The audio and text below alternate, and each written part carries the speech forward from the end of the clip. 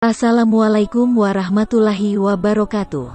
Sahabat Islam, Maghrib merupakan waktu salat 3 rakaat yang dilakukan ketika bumi berpindah waktu dari siang menjadi malam hari. Saat Maghrib tiba, biasanya orang tua menyuruh anaknya untuk masuk ke dalam rumah dan menghentikan aktivitas di luar rumah. Mengapa di waktu Maghrib orang tua menyuruh anak masuk rumah? Apa yang akan terjadi waktu tibanya Maghrib? Bagi umat Islam, larangan ini hanyalah mitos belakang saja yang dipercaya secara turun-temurun.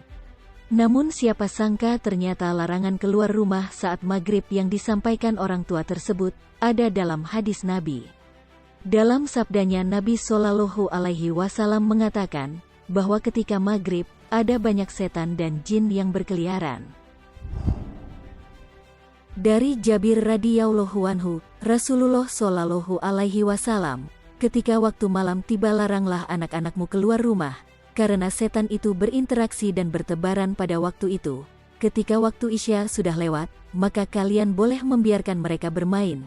Tutuplah pintu sambil berzikir pada Allah Ta'ala. Hadis riwayat Bukhari.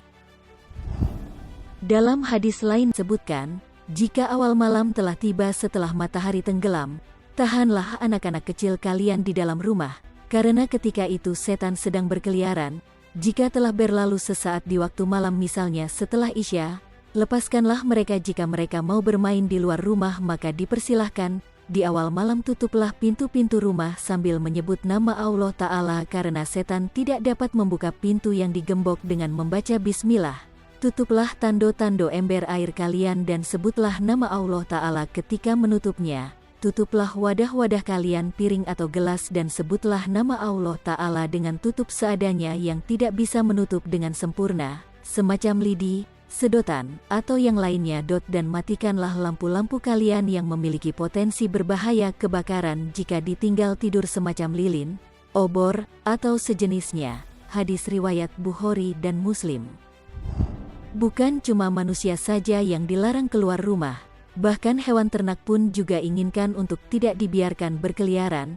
Jangan lepaskan hewan-hewan ternak dan anak-anak kalian ketika matahari terbenam sampai berlalunya awal Isya karena para setan berkeliaran antara waktu terbenamnya matahari sampai berlalunya awal Isya. Hadis riwayat Muslim. Seorang ulama bernama Ibnu Al-Jauzi juga memberikan penjelasan mengenai alasan mengapa anak-anak dilarang keluar rumah pada waktu Maghrib. Menurutnya, karena dikhawatirkan akan terjadi sesuatu yang buruk dari gangguan setan, mengingat setan suka menempel pada sesuatu yang mudah ditempelinya seperti najis dan kotoran. Adapun anak sangat rentan terkenal kotor atau najis ketika sedang bermain, sehingga hal tersebut memudahkan setan untuk berlindung pada diri mereka. Selain itu anak akan juga dianggap tidak tahu soal zikir yang dapat dijadikan sebagai pelindung diri.